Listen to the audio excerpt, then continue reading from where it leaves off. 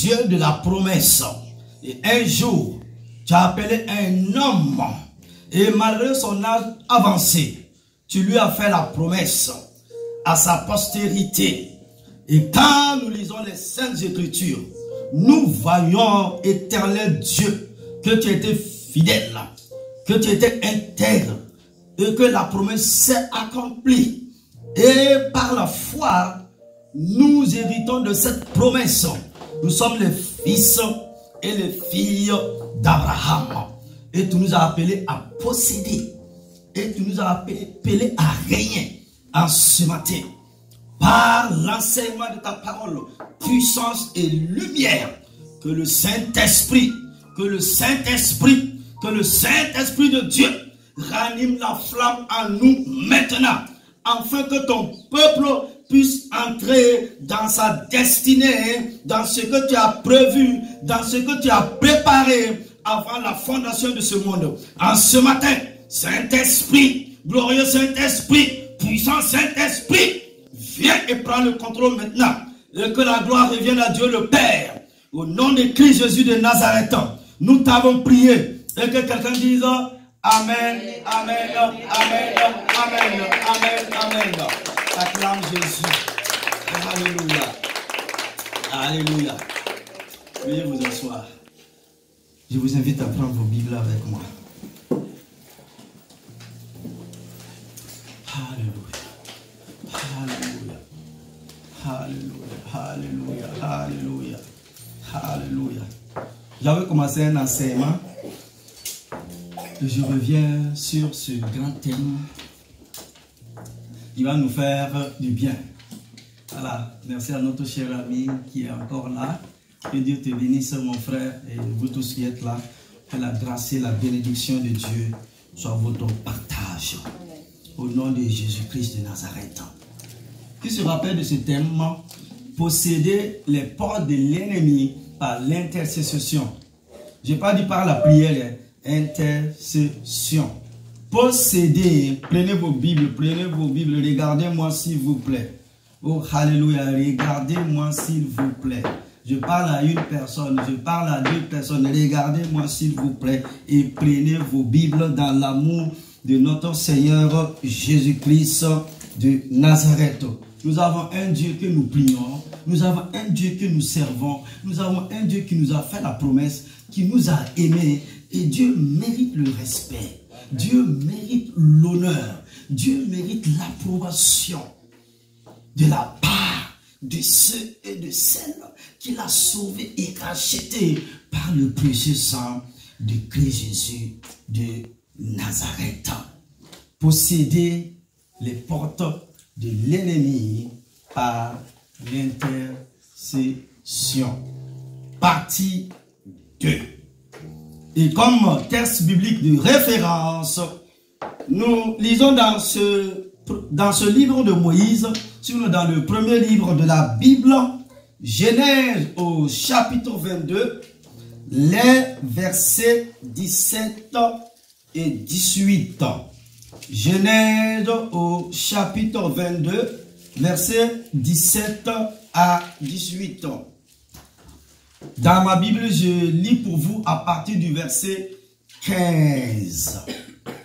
L'ange de l'Éternel appela une deuxième fois Abraham depuis le ciel.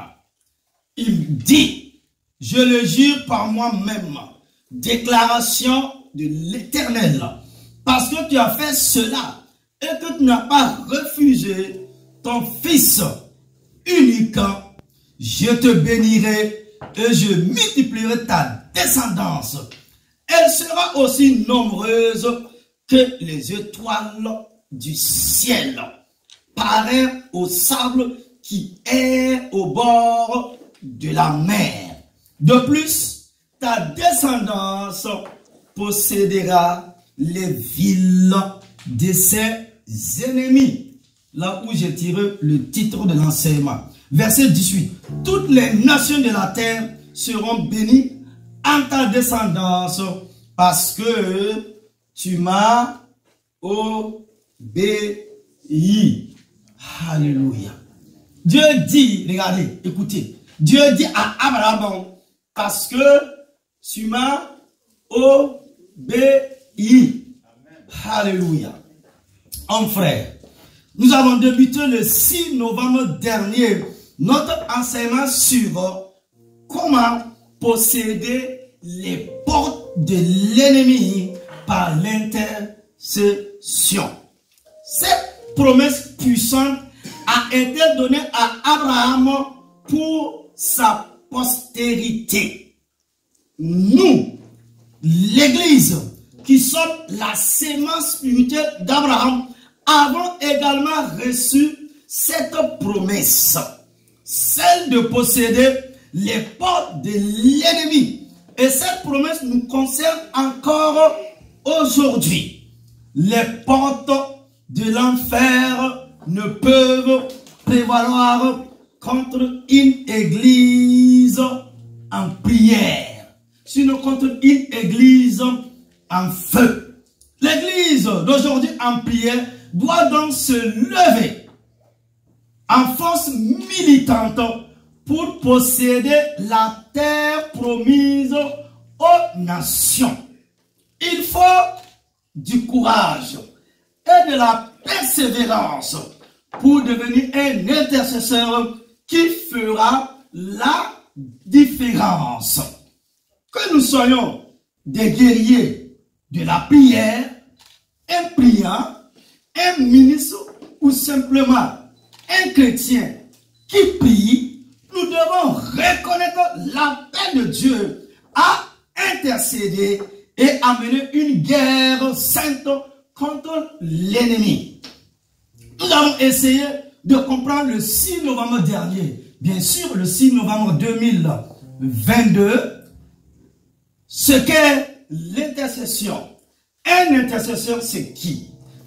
Un intercesseur est un homme ou une femme ou un enfant qui se bat au nom des autres. Ainsi, l'intercession est l'activité qui nous identifie le plus avec le Christ Jésus. Être un intercesseur, c'est être comme Jésus. Parce que c'est ainsi que Jésus est. Il vit toujours pour intercéder pour nous auprès du Père éternel. Chaque croyant, sinon chaque enfant de Dieu, sinon chaque chrétien est appelé à faire partie de l'armée des intercesseurs. Nous devons tous prier et intercéder. Pour certains, ce sera un travail à temps plein. Pour d'autres, ce sera une partie importante d'une journée axée sur les dons plus dominants dans leur vie que l'intercession. Il est vital que nous trouvions notre place dans le corps de Christ en ces temps de la fin et accomplissons notre appel et notre élection. Cela veut dire quoi? Tu as été appelé, sinon tu as été élu par l'Éternel Dieu des armées. Écoutez, Église, le Seigneur Jésus-Christ a dit, il faut que je fasse les œuvres de celui qui m'a envoyé. Waouh! Jean au chapitre 9, verset 4. Jésus a clairement compris qu'il y avait des choses qu'il devait faire en tant que chrétien, sinon en tant que croyant, sinon en tant qu'enfant de Dieu. Nous devons être comme Christ, c'est-à-dire nous devons être des petits Christ ou des imitateurs du Christ Jésus. Nous avons également vu le 6 novembre dernier 2022 que la véritable intercession représente une réalité double. Un aspect demande à Dieu une intervention divine. L'autre détruit les œuvres de Satan. Ceci est illustré dans le passage maintenant familier que même nos enfants, nos bébés pourront réciter. Ézéchiel, au chapitre 22, verset 30. Voici ce que le prophète Ézéchiel nous dit. De la part de l'Esprit de Dieu. J'ai donc cherché un homme parmi eux qui ferait un mur, qui se tiendrait dans la brèche devant moi au nom du pays, afin de ne pas le détruire. Mais je n'ai trouvé personne. Dieu cherche un homme, une femme qui va prier pour la famille, qui va prier pour la ville, qui va prier pour le pays. Regardez nos nations.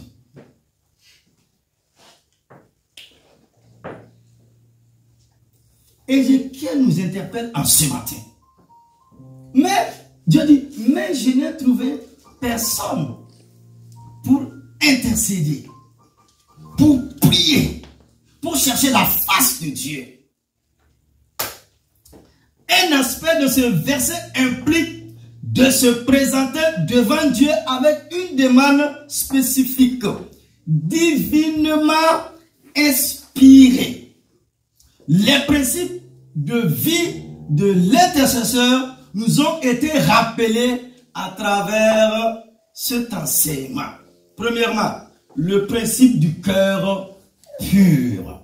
La parole de Dieu dit qu'il y a des choses dans nos cœurs qui sont mauvaises, désespérément mauvaises. Dieu fera pression sur nous pour changer ces choses. Mais nous devrons ouvrir la porte par la foi et dire, Seigneur, crée en moi un cœur pur. La première étape est simplement de réaliser que nous devons prier pour avoir ce cœur pur, comme l'indique le psaume 51, 10. Là, c'est David qui prie. Il demande à Dieu, crée en moi un cœur pur, ô Dieu. La deuxième étape est de laisser s'occuper de ce qui doit être changé.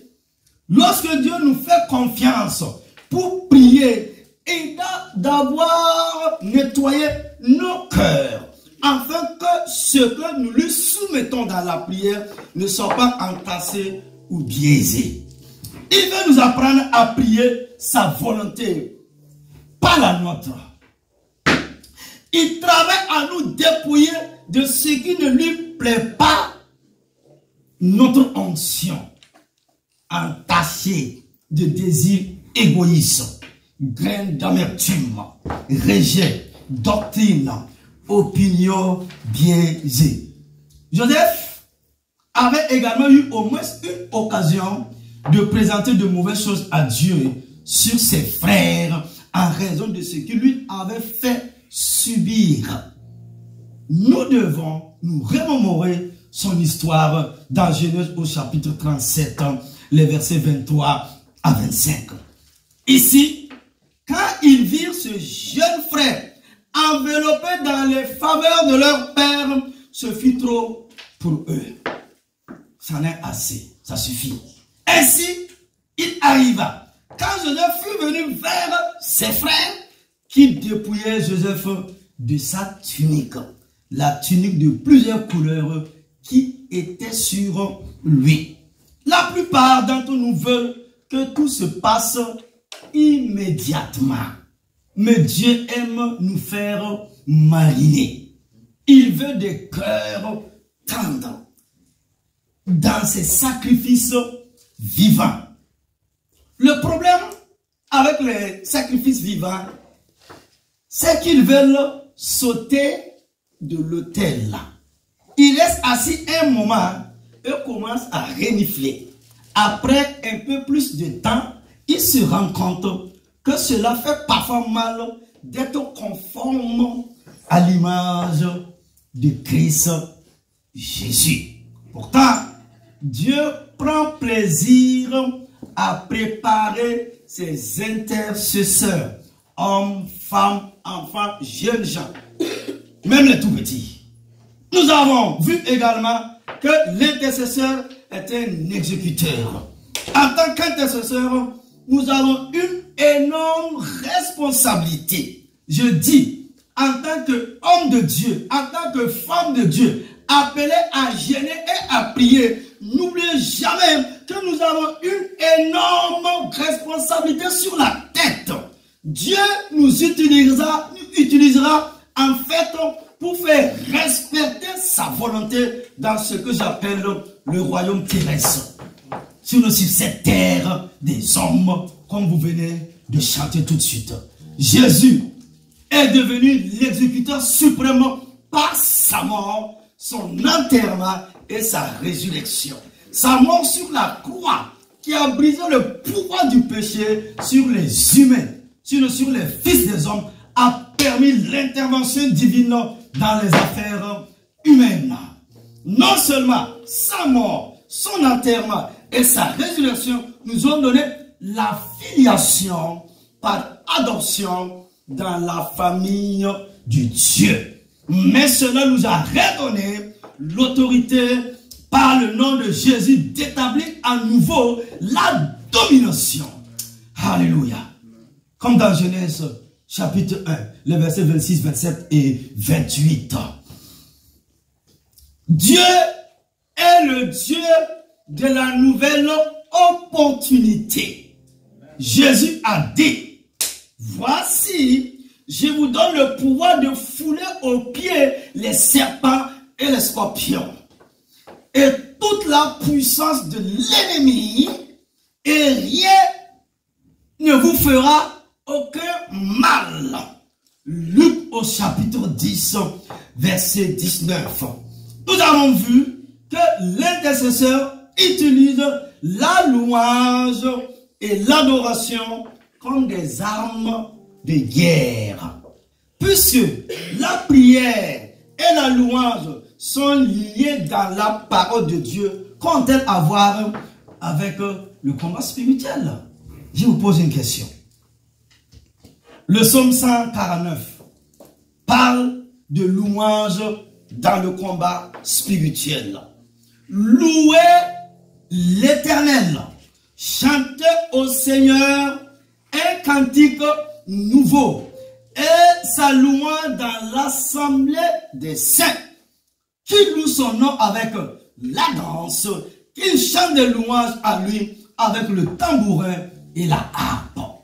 Que les hautes louanges de Dieu soient dans leur bouche et une épée à deux tranchants dans leurs mains pour exécuter la vengeance sur les nations et les châtiments sur les peuples, pour lier les rois avec des chaînes et leurs nobles avec des chaînes de fer, exécuter sur eux le jugement écrit. Cet honneur revient à tous ces saints. Louez le Seigneur. Psaume 149, verset 3, 6 à 9. Dans ces passages, nous voyons que louer Dieu exécute sa vengeance sur les païens. Il lie les rois avec les chaînes et les nobles avec les chaînes de fer et exécute le jugement. L'intercession par la louange est puissante. L'adoration de Dieu dans l'église est un type de guerre spirituelle. Mais les croyants n'ont pas pleinement compris ce qui se passait alors qu'ils chantaient et remerciaient le Père éternel, le Dieu de gloire. Pourquoi? Je te pose la question, mon frère, ma soeur.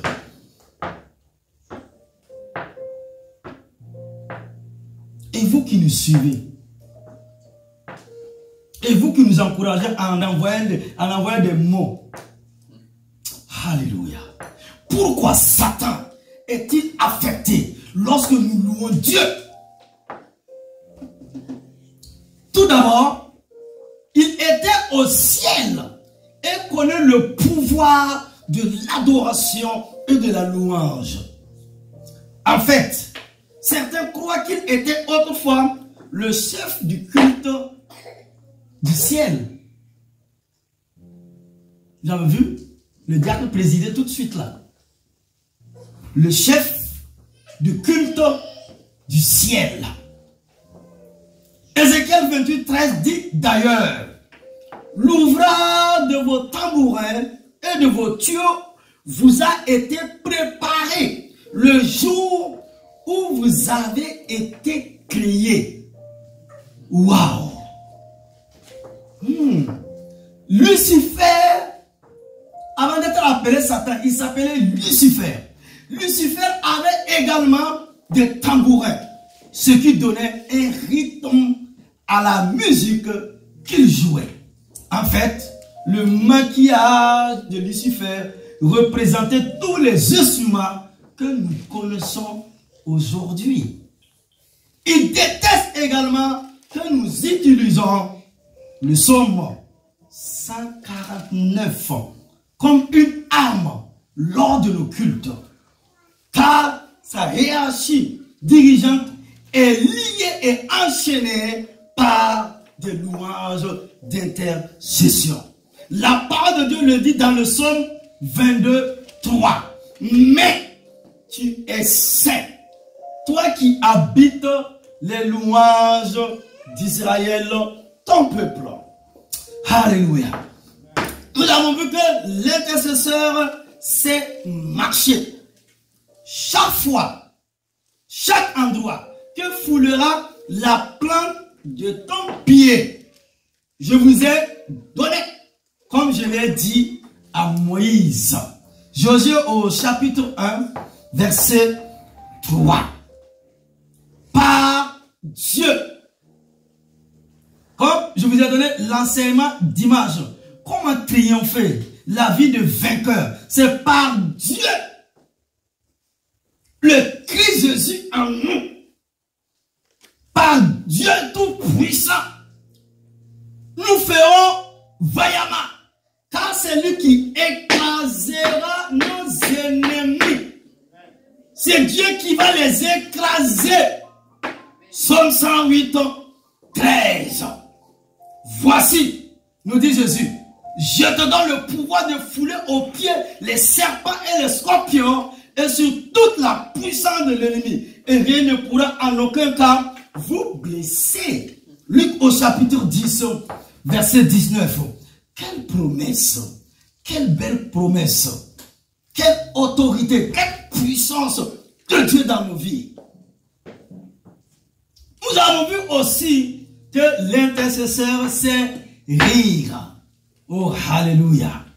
L'art du rire est extrêmement puissant et même nécessaire comme manifestation de l'intercession.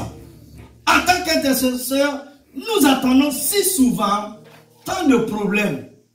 Je dirais en tant que pasteur, nous attendons si souvent tant de problèmes et de besoins sérieux au cours d'une journée qu'ils peuvent nous épuiser. Il y a essentiellement deux utilisations du rire dans la louange d'intercession. Premièrement, protection personnelle et santé émotionnelle. Deuxièmement, guerre directe contre Satan et ses forces. Enfin, nous avons vu que l'intercesseur conserve sa joie. Le rire et la joie sont souvent liés dans l'intercession. Comme nous l'avons mentionné précédemment, la joie est une partie importante de notre intercession. Car c'est notre force pour le combat. Le psaume 149 dit qu'Israël se réjouisse à son Créateur. Que les enfants de Sion se réjouissent à leur roi. Nous devons nous réjouir dans le Seigneur. Quand nous venons dans la maison de Dieu, quand nous venons dans la présence de Dieu, nous devrons oublier les choses qui nous ont traumatisés pendant toute la semaine et plonger notre cœur dans les flots d'amour de Dieu, dans la louange et dans l'adoration. C'est ça le secret. Sinon, tu vas continuer à prendre des antidépresseurs. Pourquoi cette société est malade? Je parle à des médecins, à des professeurs. Pourquoi notre société est malade? Il y a un problème. Et le problème n'est plus là-haut. Hein. Non, non, non, non, non, non, non. Non, non, non, non, non, non.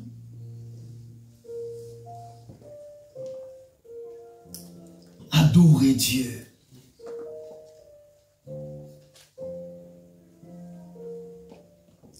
D'une certaine manière, notre idée de la joie n'est pas la même que celle traduite dans ce passage de Psaume 149, 2. Nous sommes beaucoup plus familiers avec la joie tranquille qui nous accompagne dans notre marche quotidienne avec le Seigneur.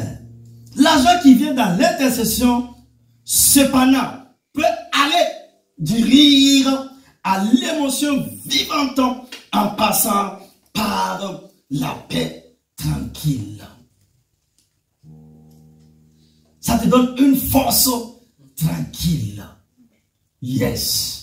Jésus s'est réjoui dans son esprit de la percée que les disciples ont eue contre les démons. Ça nous interpelle. À cette heure-là, Jésus-Christ s'est réjoui dans son esprit. Nous dit Luc au chapitre 10, verset 21. Cette réjouissance signifie sauter de joie ou exulter.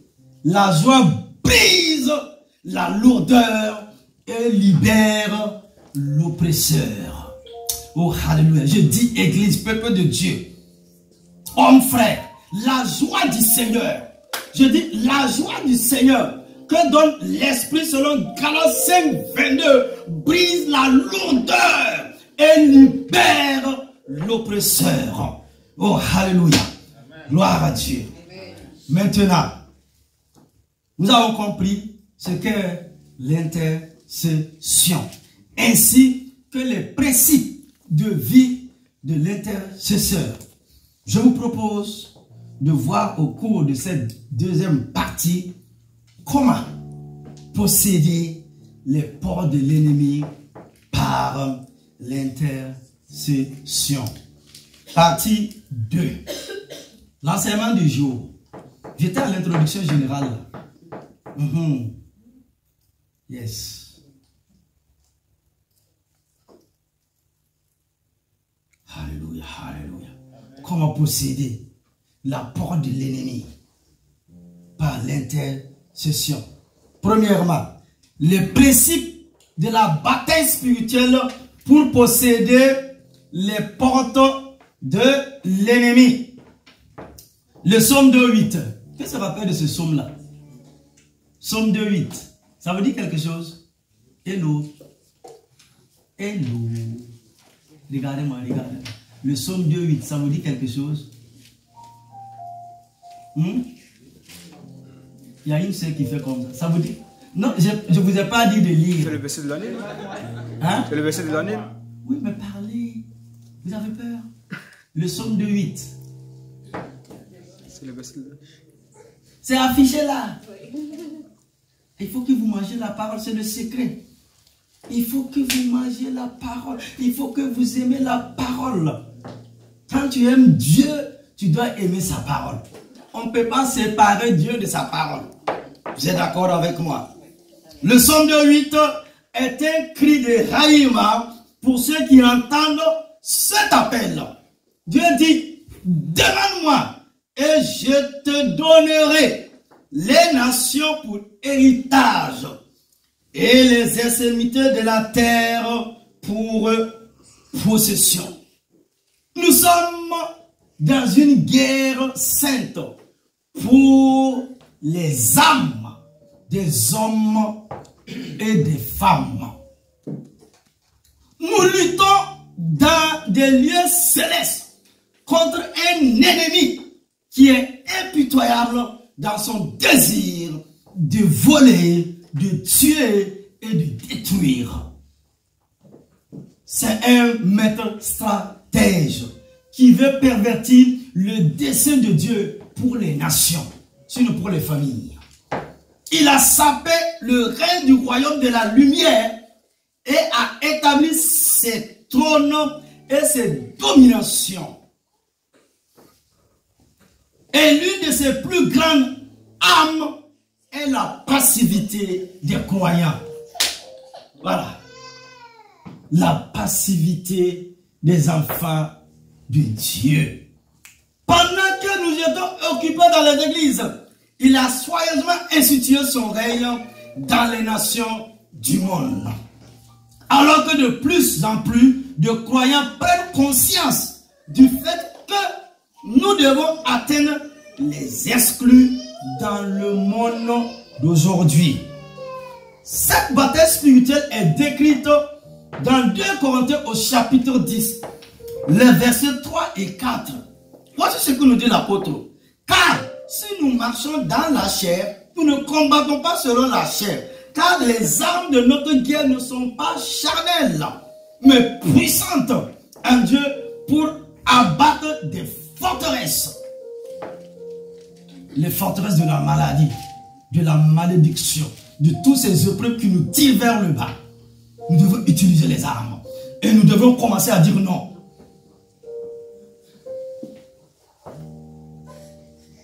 Lorsque nous possédons la terre au-dessus de nos villes, nous prenons le contrôle de leur arène politique, physique et spirituelle. C'est parce que la domination de ces régions est vraiment basée dans les lieux célestes et non dans les lieux terrestres.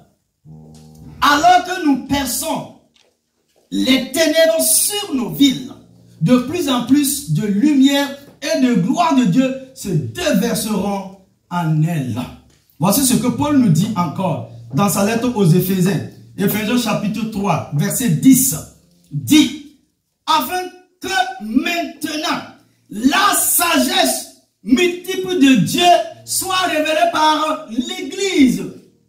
C'est-à-dire, par toi mon frère, par toi ma soeur, par vous, par nous. La sagesse, Dieu est sage. À Dieu, l'apôtre Paul dit, à Dieu seul sage soit la gloire, l'honneur et la puissance pour l'éternité. Donc Paul nous dit, afin que maintenant la sagesse multipliée de Dieu soit révélée par l'Église. Donc tout enfant de Dieu est appelé à avoir cette sagesse divine, cette sagesse de Dieu, qui n'a rien à voir avec nos études. On a été au collège, on a été au lycée, on a été à l'université, on a bac 7, plus 7, bac plus 10, 20, 30. Non, c'est une sagesse divine. Et la Bible m'enseigne que c'est par cette sagesse que Dieu a créé le ciel et la terre. Est-ce que je parle à quelqu'un? Les gens me posent des questions. Dieu est sage, mon ami. Tu peux ne pas croire, mais tu vas croire. Parce que tu ne peux pas ne pas croire ce qui n'existe pas ou ce qui n'est pas. Quand tu regardes tout ton corps, ce n'est pas la sagesse de Dieu qui t'a formé, qui t'a créé. Quel médecin peut faire cela? Quel homme politique peut faire cela? Quel intellectuel peut faire cela? C'est Dieu! C'est lui qui a le dernier mot sur la terre des hommes. Alléluia. Il dit aux principautés et puissants dans les lieux célestes. Nous, je reviens à nous. Il est impératif pour nous et il est temps pour nous. Je dis nous. Et tous ceux qui nous suivent, nous, l'église de Jésus-Christ, devons faire connaître la sagesse multiple de Dieu aux principautés et aux puissances qui gouvernent nos villes, nos nations et nos pays. Rien ne devrait nous empêcher de prendre violemment le royaume de Dieu pour notre roi céleste. Selon Matthieu au chapitre 11, verset 12. La Bible parle, ma soeur, mon frère, la Bible qui est la parole de Dieu parle de deux royaumes en conflit l'un avec l'autre. L'un est le royaume de Dieu que Jésus est venu révéler par l'amour, par la guérison, par la délivrance. Jésus est venu nous révéler ce royaume-là en nous disant, voici les voies de Dieu. Alléluia. Et l'autre est le royaume du mal. de Satan, le royaume des ténèbres.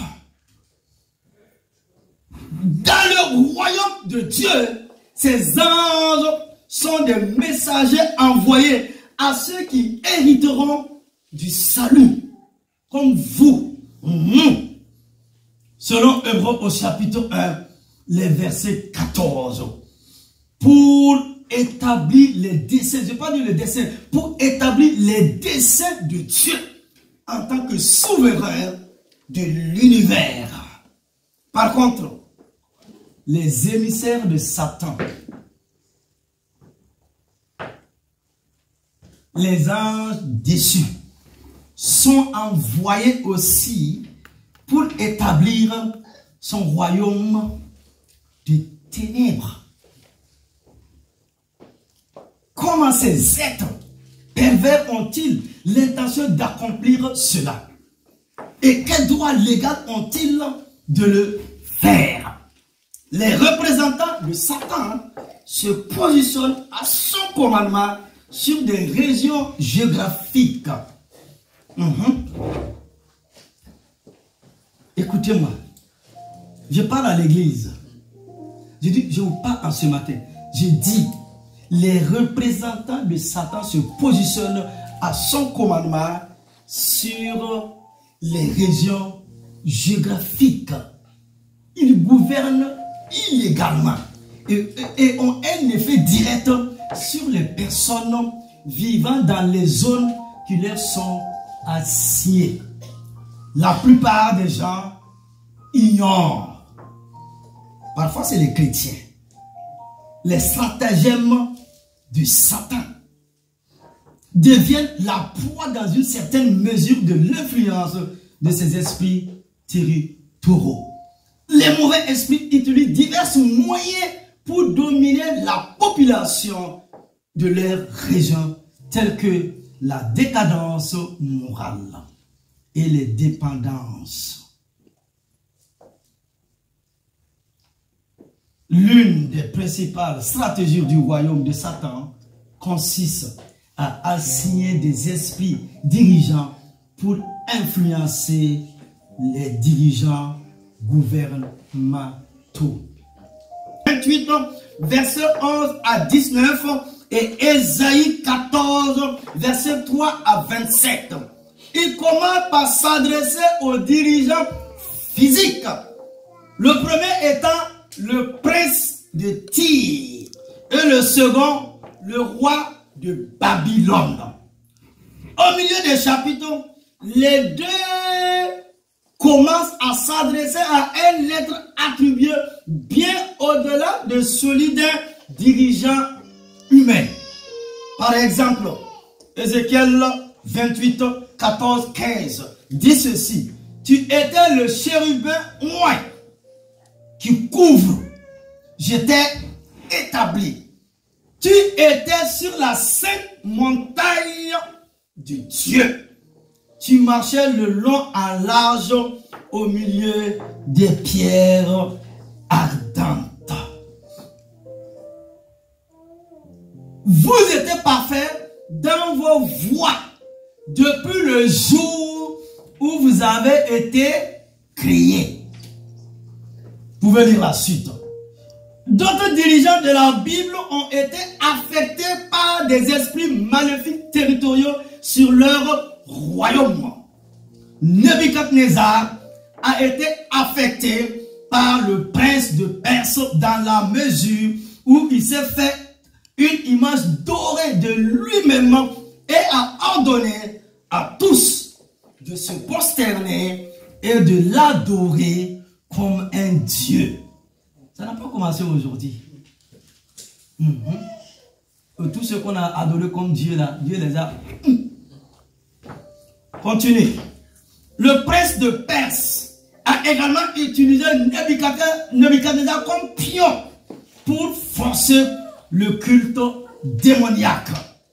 Dieu a brisé le pouvoir de ses esprits territoriaux quand il a déployé sa gloire dans la fournaise ardente en tant que quatrième homme dans le feu. Oh, alléluia. Ephésiens 6, 12 enseigne la hiérarchie de ces dominants, car notre lutte n'est pas contre la chair et le sang, mais contre les dirigeants, contre les autorités, contre les puissants de ce monde des ténèbres et contre les forces spirituelles du mal dans les cieux. Deuxièmement, deuxième point pour terminer, deuxièmement, les clés de Jésus pour posséder les portes de l'ennemi. Waouh! Les clés de Jésus, écoute-moi mon frère, ma soeur. Il y a 5 clés de la stratégie de combat que Jésus a utilisée dans le désert. Le premier est souvent négligé dans la préparation du Christ au combat. La Bible dit quoi? Il s'est humilié devant Dieu en se soumettant jusqu'au baptême d'eau. Jacques 4, 6 et 7 dit, mais il donne plus de grâce. C'est pourquoi il dit, Dieu résiste aux orgueilleux, mais il fait grâce aux humbles. Soumettez-vous donc à Dieu. La Bible dit quoi? Soumettez-vous donc à Dieu. Résistez au diable et il fuira loin de vous, de vos familles, de vos maisons, au nom puissant de Christ Jésus de Nazareth. La deuxième clé est la stratégie de Christ était de gêner, le gêne. Matthieu 4, 2 dit, et quand il eut gêné 40 jours et 40 nuits. Waouh! Le gêne est un élément vital pour écraser les forteresses sur les villes. La parole de Dieu était écrite sur les tables du cœur. Je dis les tables du cœur de Christ Jésus. Beaucoup sont trompés par des demi-vérités. Lorsqu'ils entrent dans un combat spirituel, afin de faire la guerre efficacement, nous devons connaître intimement la parole de Dieu. Je dis, nous devons connaître profondément la Bible, qui est la parole de Dieu. Et être capable de la manier comme une épée tranchante contre l'ennemi de nos âmes, sinon contre l'ennemi de notre destinée. La troisième clé est la persévérance. Waouh! La persévérance. Cette bataille n'a pas été gagnée en un jour. Jésus avait passé 40 jours à prier et à jeûner. Nous décourageons parfois si nous devons persévérer 1 ou 2 jours. Nous décourageons. Pouf. Hein? Je vois des souris là. C'est ça. Certains d'entre vous se sont battus si longtemps pour leur ville, sinon pour leur famille, qu'ils ont envie d'abandonner. J'ai une parole pour toi, mon frère, ma soeur. N'abandonnez pas. Je dis, n'abandonnez pas. Soit tu es garçon ou tu n'es pas garçon. Tu vas abandonner puis aller où? N'abandonnez pas. Un jour, je dis un jour, l'ennemi perdra son emprise sur votre famille, sur votre ville, sur votre nation, et le réveil viendra. Ne vous laissez pas de faire le bien. La clé finale et quatrième est celle que les gens sont parfois critiqué pour l'utilisation. Il s'agit en fait de s'adresser aux esprits territoriaux et de leur ordonner de quitter les régions. Nous oublions parfois les paroles rares mais puissantes que Christ a utilisées dans le désert pendant ces 40 jours. Terminant la bataille, il a dit, Jésus a dit, avec une grande autorité, va-t'en, Satan. Waouh! Matthieu 4, 10. La Bible dit qu'il a quitté Jésus et les gens sont venus et l'ont servi. Et un prédicateur, Carlos Anacondia, il a pris à peu près les expressions de Jésus en Argentine. Là. À un moment donné, il voulait réveiller. Et l'église s'est enflammée. Il a dit, écoute-moi bien, Satan. Il dit, écoute-moi bien, Satan. C'est comme s'il disait, va-t'en, Satan. Comme Jésus l'a dit. La Bible dit, quand Jésus a dit, va-t'en, il a quitté Jésus. Et les anges sont venus et l'ont servi. Une pensée intéressante, mon frère, ma soeur. Jésus s'est battu sans que personne n'intercède pour lui. Waouh! Il n'y avait pas un seul chrétien né de nouveau sur terre.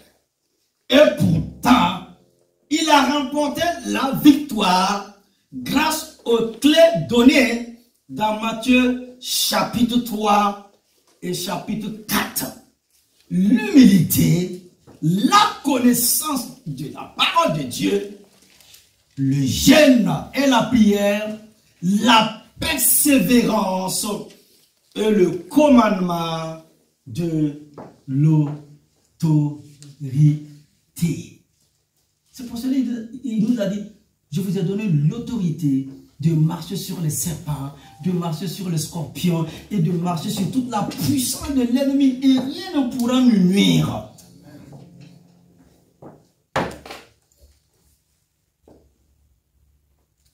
Voici le secret de Jésus. L'humilité, la connaissance de la parole de Dieu, le jeûne et la prière, la persévérance et le commandement de l'autorité. Cela veut dire quoi? Nous devons prier avec onction. Nous devons prier avec force. Nous devons prier avec autorité.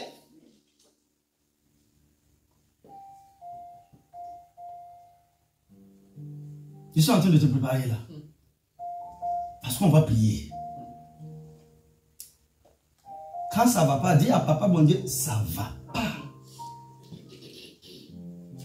Comment tu peux regarder ton père, ta mère, souffrir, ne connaît pas le Seigneur, voilà. Et les choses bonnes même que tu veux faire pour eux, tu n'arrives pas et puis tu acceptes. Non. Non. 2023 là. Je dis 2023 là. Il faut que tu dises 2023 là, je vais me marier. Mais il ne faut pas dire aujourd'hui tu es avec Jésus, demain là, non, tu dois aller jusqu'au bout. Les choses doivent changer. Je dis les choses doivent changer. Et nous-mêmes, à l'intérieur de nous, nous devons changer. Si tu es prêt, on verra. On va aller. Au diacre, go. Tu as vu comment Dieu s'est manifesté vendredi là? Que Dieu bénisse nos frères et nos sœurs. Et pour la délivrance. Et la puissance de Dieu. Et l'onction de Dieu. Va te saisir. Tu seras un homme affermi. Une femme affermie. Et enraciné dans le Christ Jésus de Nazareth. L'homme de la croix. L'homme de Golgotha. L'homme qui a vaincu les ténèbres. qui est assis à la droite du Père éternel, et il intercède pour vous et pour nous, afin que la grâce de Dieu, la faveur de Dieu, la bénédiction de Dieu nous enveloppe, nous et la génération de nos enfants. C'est ça l'évangile, c'est ça la bonne nouvelle du royaume de Christ Jésus de Nazareth. Alléluia. Conclusion. Je vais conclure l'enseignement. Par l'intercession que nous posséderons les portes de l'ennemi. Nous l'avons compris à travers ces deux enseignements. Intercession signifie se tenir à l'écart pour les besoins des autres, ainsi que pour les nôtres. Que Dieu bénisse sa parole. Donc nous pouvons retenir de cet enseignement. Alléluia. Parce que j'ai déjà tout dit à l'introduction. Conclusion. Tac. À retenir. Premièrement, l'intercession et la prière demeurent notre arme principale pour posséder les portes de l'ennemi. Il y a 5 clés de la stratégie de combat que Jésus a utilisée dans le désert.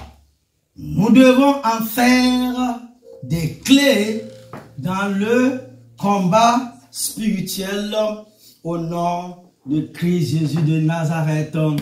Amen, amen, amen. Tiens-toi debout, mon frère, ma soeur. Acclame Dieu pour sa parole.